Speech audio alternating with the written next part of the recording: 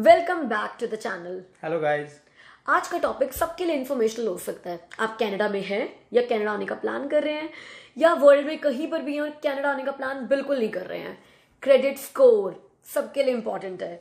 तो credit score क्या भला है, कैसे बिल्डअप करना है, कैसे इम्प्रूव करना है और बिल्कुल पिटे हुए क्रेडिट स्कोर को कैसे बेटर करना है, आज वो सारी डिस्कशन करेंगे हम अमित के साथ।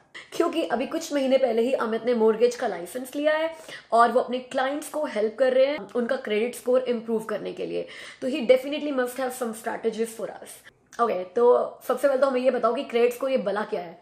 Of course, see credit score ये आपकी क्रेडिट वर्दीनेस है। It's a point based system जिसके बेस पे जो लेंडर्स होते हैं वो ये डिसाइड करते हैं कि आपको अगर वो क्रेडिट दे रहे हैं तो उसमें कितना रिस्क है। आप उसको टाइम पर पे कर पाओगे या नहीं कर पाओगे, आप अपने फाइनेंसेस को किस तरीके से हैंडल करते हो। तो इन सब कैलकुलेशंस के बेस पर एक ब्यूरो है जो आपका एक स्कोर डिसाइड करता है और वो जो स्कोर है वो ये बैंक्स कंसीडर करते हैं आपको कोई भी तरह का क्रेडिट देने से पहले। और सिर्फ बैंक कंसिडर करते हैं, मतलब ये कहाँ कहाँ चाहिए होता है? Normally I would say in Canada ये हर जगह ही चाहिए होता है। अगर आपको घर रेंट करना है, लीज पे लेना है तो आपको क्रेडिट स्कोर चाहिए।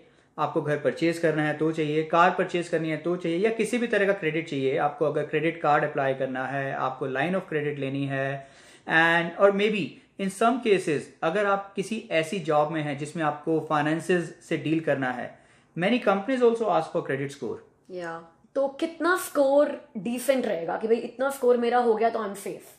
देखो, अगर हम क्रेडिट ब्यूरोज की बात करें तो वो कहते हैं कि 650 का जो स्कोर है that is considered good in Canada. But अगर बैंक्स की बात करें तो डिफरेंट प्रोडक्ट्स के लिए they ask for different credit score. Like mortgage के लिए अगर आपका 680 के आसपास का स्कोर है दैट इज कंसीडर्ड गुड। अगर आपका अपने कार लेनी है तो 650 का स्कोर भी सही रहेगा। मॉर्गेज में मतलब 680 का स्कोर आ गया तो सबको मॉर्गेज मिल जाएगी। So this is one of the factors. अगर आपका 680 का स्कोर आ जाता है तो you will be eligible to get the mortgage.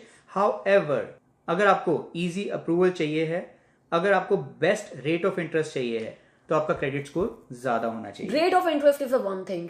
The better your credit score is the better your rate of interest could be. Because ये चीज हमने भी देखी थी जब हमने अपने सेकंड घर की मॉर्गेज कराई थी।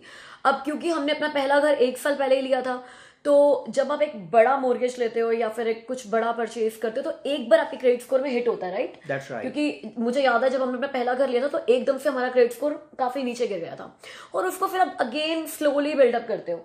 तो जब हमारा सेकंड घर लेने का टाइम आया तो हमने 1 साल के बाद अपना क्रेडिट स्कोर दोबारा चेक किया तो my credit score was around 700 और आपका क्रेडिट स्कोर था 650 के आसपास। And then we were not getting very good rate of interest. तो हमने सोचा कि यार हमारी क्लोजिंग अभी 2-3 महीने के बाद है घर की, तो why don't we use this time to build our credit score. और हमने एक्चुअली में 2 महीने में अपना क्रेडिट स्कोर काफी इंप्रूव कर लिया था। जब हमारी मॉर्गेज क्लोज हुई थी तो हमारे क्रेडिट स्कोर कितने थे यार? 2 महीने में हमने कितना इंप्रूव किया था? आई थिंक हम 750 से ऊपर थे दोनों।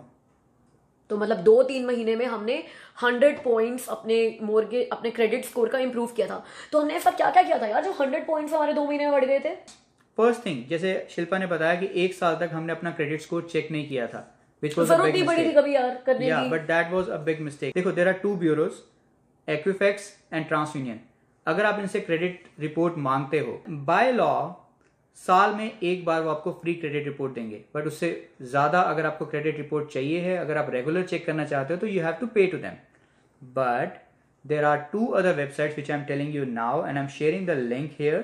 These 2 websites will provide you free credit score n number of times. So what I did, I used Credit Karma. This is a website जिस पर आप अपना अकाउंट क्रिएट कर सकते हो। आप अपना क्रेडिट स्कोर जितनी बार मर्जी चेक करो, आप उस पर रेगुलर अपडेट होता रहता है। और वो जो क्रेडिट स्कोर है that is supported by TransUnion. Most of the banks will ask for Equifax report, they don't consider TransUnion report. ऐसा क्यों यार? ऐसा इसलिए है क्योंकि एक्विफैक्स का जो डेटा है they keep the data for 7 years. So उनका जो क्रेडिट स्कोर होता है वो आपकी लास्ट 7 ईयर्स की हिस्ट्री के ऊपर होता है। अगर आप कनाडा में 2 साल से आए हो तो 2 साल का रिकॉर्ड होगा, बट अगर आप कनाडा में लंबे टाइम से हैं तो अप टू 7 ईयर्स का रिकॉर्ड उनके पास हमेशा रहता है। और जो ट्रांस यूनियन है वो 2 ईयर्स का रिकॉर्ड रखता है। तो बैंक्स को ये लगता है कि जो एक्विफैक्स का रिपोर्ट है that is more reliable. Okay, so Equifax की क्रेडिट रिपोर्ट चेक करने के लिए there is a website called Borrowell. Again it's free of cost, आप उस पर अपना अकाउंट बनाओ, उसमें आपको जो रिपोर्ट मिलेगी वो एक्विफैक्स से मिलेगी और it will be free. Okay, तो पहली गलती तो हमने ये करी कि हमें पता ही नहीं था कि हमारा क्रेडिट स्कोर कितना है, तो हमने एक साल ट्राई ही नहीं किया उसको इम्प्रूव करने का। बट जब हमें पता चला कि अब टाइम है कि हमें अपना क्रेडिट स्कोर इम्प्रूव करना चाहिए, तो हमने क्या क्या किया था? सबसे पहले आपको देखना है कि आपका क्रेडिट है कितना, आपको अभी तक सभी बैंक से मिलाकर, सभी फाइनेंशियल इंस्टीट्यूशन से मिलाकर कितना क्रेडिट मिला हुआ है, कितनी बार आप उनको टाइम पे कर रहे हो। ओके, अगर आप अपनी पेमेंट्स डिले करते हो, अगर अपनी पेमेंट्स आप मिस करते हो, तो उस केस में आपका क्रेडिट स्कोर बहुत ज्यादा डाउन होता है। Okay, so make sure you make your payments on time, if possible direct debit setup कर लो, ताकि आपकी पेमेंट्स कभी भी मिस ना हो, आप भूल भी जाओ, आप कभी बिजी भी हो, आपकी पेमेंट ऑटोमेटिकली आपके अकाउंट से हो जाए। सेकेंड वे इज अपनी जो यूटिलाइजेशन है उसको लेस देन 30% रखो। I give you an example, let's say मेरे पास 2 क्रेडिट कार्ड हैं, एक की लिमिट है $1000, एक दूसरे क्रेडिट कार्ड की लिमिट है $10,000।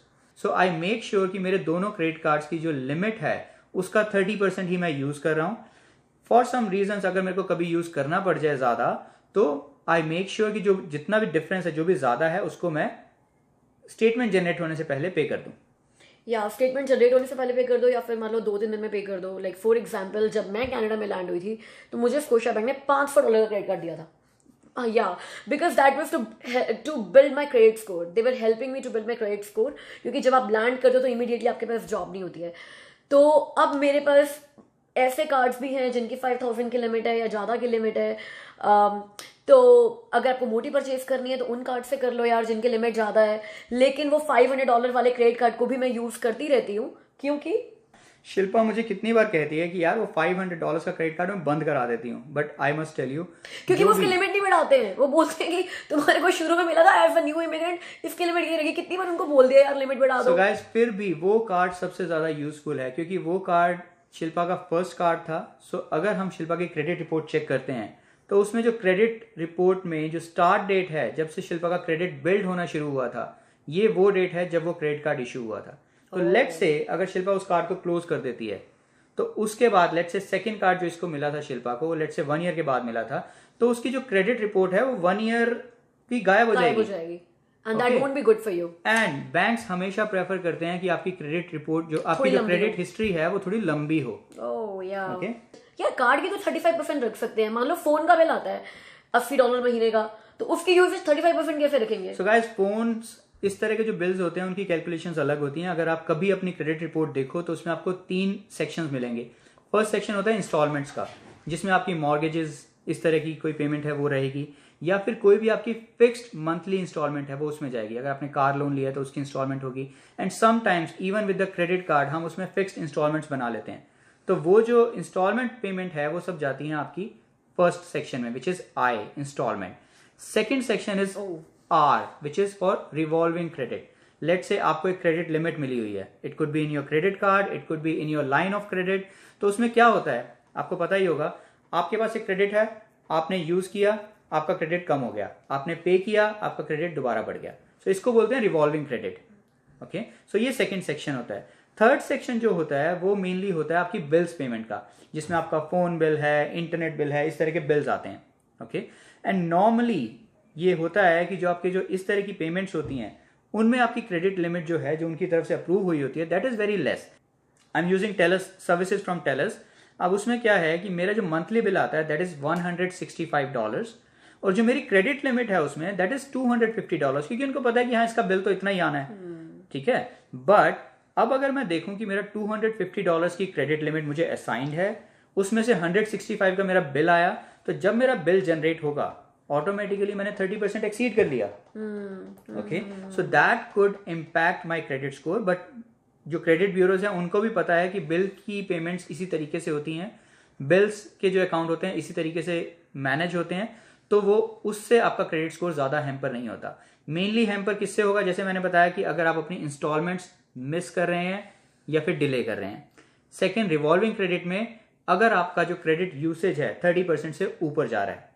तो हमने एक चीज तो ये की थी कि वी मेड श्योर कि हमारे सारे credit cards at least for 2 month सिर्फ 30% ही यूज हो। द मोमेंट हमारा कोई भी कार्ड 30% से ऊपर जा रहा था, हम लोग उसको पहले पे कर रहे थे, क्योंकि हम लोग एक पर्पस की वजह से क्रेडिट कार्ड क्रेडिट स्कोर बना रहे थे, लाइक हमें Right. 2 महीने के बाद मॉर्गेज चाहिए थी, तो अगर आपको भी एक पर्पस है दिमाग में कि आपको 2-3 महीने के बाद मॉर्गेज लेनी है, तो 2-3 महीने के लिए एटलीस्ट आप ये एक्सरसाइज कर सकते हो कि अपने क्रेडिट कार्ड्स जो है सारे के सारे 30% तक ही यूसेज रखो उनकी, या पहले उनको पे करो और बाद में उनको यूज करो। एक तो हमने यही किया था। Right. दूसरा हमने एक और चीज की थी यार, कि हमने अपने टेलीफोन के बिल प्रीपे कर दिए थे। Exactly Right? नॉर्मली नहीं, प्रीपे नहीं किए थे। हमने क्या किया था, लाइक मेरा बिल जनरेट होता है एक डेट को।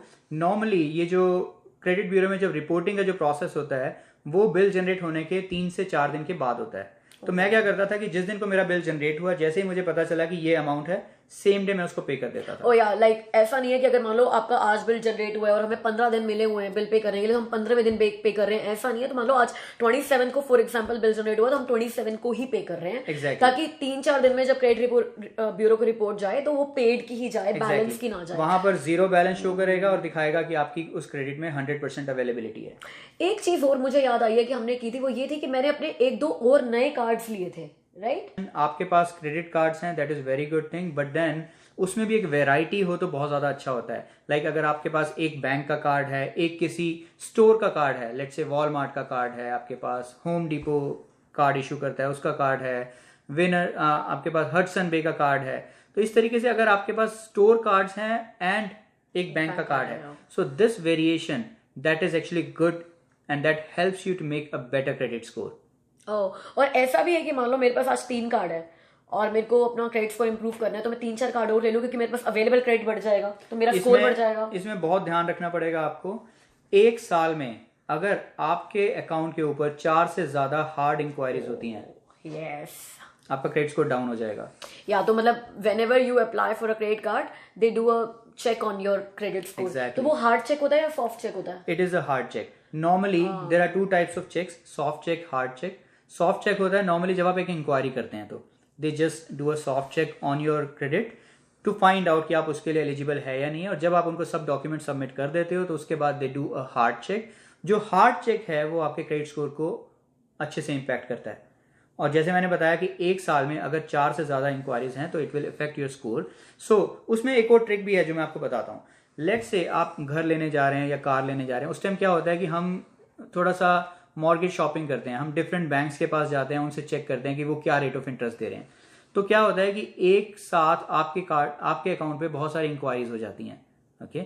बट अगर विद इन 2 वीक्स वो सब इंक्वायरीज हुई हैं तो क्रेडिट ब्यूरो उसको 1 इंक्वायरी कंसीडर करता है और आपका क्रेडिट स्कोर सिर्फ एक ही बार डाउन होता है। ओके, तो कोई भी थर्ड पार्टी अगर आपका क्रेडिट स्कोर चेक करती है तो वो एक हार्ड इंक्वायरी की तरह जाता है। एग्जैक्टली। तो वो 4 से ज्यादा साल में नहीं होनी चाहिए। लाइक 4 से ज्यादा साल में आप गाड़ियां नहीं ले सकते, 4 से ज्यादा घर नहीं ले सकते। राइट। सो इस तरह से आपको ध्यान रखना पड़ेगा, ये भी आपको हेल्प करेगा क्रेडिट बिल्ड करने में। अब ठीक है, बिल तो ऐसे कर लेंगे कि 30% पे करेंगे और मैनेज करेंगे और व्हाटएवर, लेकिन अगर ऑलरेडी बहुत खराब हो गए क्रेडिट स्कोर तो क्या करेंगे? गाइस उसका भी तरीका है, उससे बाहर निकलने का भी तरीका है। Okay, one of my friends, उसके पास 3 क्रेडिट कार्ड्स थे, तीनों क्रेडिट कार्ड्स में उस अच्छी खासी लिमिट यूज कर चुका था। ओके, अब क्या हो रहा था, उसकी जॉब थी, सैलरी आती थी, ओके, जो भी उसको उसमें से निकाल पाता था वो निकाल के तीनों कार्ड्स में थोड़ा थोड़ा पे कर देता था। क्या हो रहा था, 19.5% हर कार्ड पे इंटरेस्ट दे रहा था क्योंकि फुल पेमेंट कर नहीं पा रहा था। ओके, एंड सब कार्ड्स में जितना पेमेंट करता था ऑलमोस्ट उतना ही दोबारा इंटरेस्ट लेके इंक्रीज होके आ जाता था। So I gave him a suggestion. हमने क्या किया, मैंने उसको बोला कि instead of paying small amount in 3 cards, better you pay all that amount in 1 card and try to close that card. Try to finish that amount. Yeah, try to finish that amount first. तो उसने क्या किया, next month जैसे ही उसकी salary आई उसने वो पूरी salary एक कार्ड में पे कर दी। वो कार्ड की जो लिमिट थी वो फिनिश हो गई। ओके, जो उसकी यूसेज थी वो 0 हो गई। अब उस कार्ड से उसने बैलेंस ट्रांसफर फैसिलिटी ली जिसमें उसको फर्स्ट 6 मंथ्स कोई इंटरेस्ट पे नहीं करना था, आफ्टर 6 मंथ्स 1.99% पे करना था, उसकी मंथली इंस्टॉलमेंट्स बन जाती। ओ यार, आपके बैंक्स बहुत सारा ऑफर देते हैं यार बैलेंस ट्रांसफर का, कि भाई क्रेडिट कार्ड के बिल पर तो 19% लगता है, बट अपने कार्ड से दूसरे कार्ड में बैलेंस डलवा लो तो वो 2%, 3%, बहुत अच्छे ऑफर्स निकलते हैं। सो उसने वही चीज यूज करी, उसने बैलेंस ट्रांसफर यूज किया, सेकेंड कार्ड को पे कर दिया। अब उसके फर्स्ट कार्ड में दोबारा जो 0 था यूसेज वो इंक्रीज हो गया, but this time it was on monthly installments और उस पर 1.99% इंटरेस्ट था।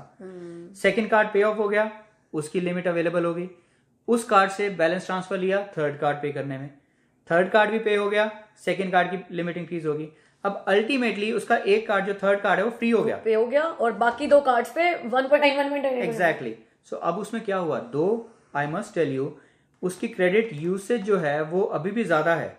सो जब 30% वाला फंड है वो यहाँ काम नहीं आ रहा, बट एटलीस्ट उसको 19.5% इंटरेस्ट पे नहीं करना, उसको 1.99 पे करना है, जिसकी वजह से he will be able to save money और धीरे धीरे वो अपना क्रेडिट स्कोर इंप्रूव कर ही लेगा। धीरे धीरे जैसे आप पे करते रहोगे, क्योंकि Yes. एक बार आप 19% मोटा इंटरेस्ट पे कर रहे होते हो यार, जब इंटरेस्ट कम हो जाता है तो आपका ज्यादा पैसा प्रिंसिपल में जाने लग जाता है। Exactly. तो मतलब हर महीने आप ज्यादा प्रिंसिपल अमाउंट उतार रहे हो, और जितना जितना प्रिंसिपल अमाउंट उतारे जा रहे हो उतना उतना आपका क्रेडिट स्कोर अच्छा होता जा रहा है। That's right, you got it right, Shilpa. आपको मैंने टिप्स दे दी हैं, बट इन टिप्स को यूज करना आपका काम है, और मैं गारंटी से कहता हूं अगर आप ये सारी टिप्स यूज करोगे और थोड़ा सा सेंसिटिव रहोगे इस मामले में, आप डेफिनेटली 2 से 3 महीने में ये डिफरेंस देखोगे अपने क्रेडिट स्कोर में। Wow, thank you. Okay You are welcome. Guys, तो आज की वीडियो के लिए इतना ही। आई होप ये वीडियो सबको अच्छी लगी होगी, सबके काम की होगी। तो अगर आपको वीडियो अच्छी लगी है तो थम्स अप कीजिए, चैनल को सब्सक्राइब कीजिए, और हमसे जरूर मिलिए अगली वीडियो में। तब तक के लिए अपना care, ध्यान guys. रखिए। Bye bye. Thumbs up from me as well.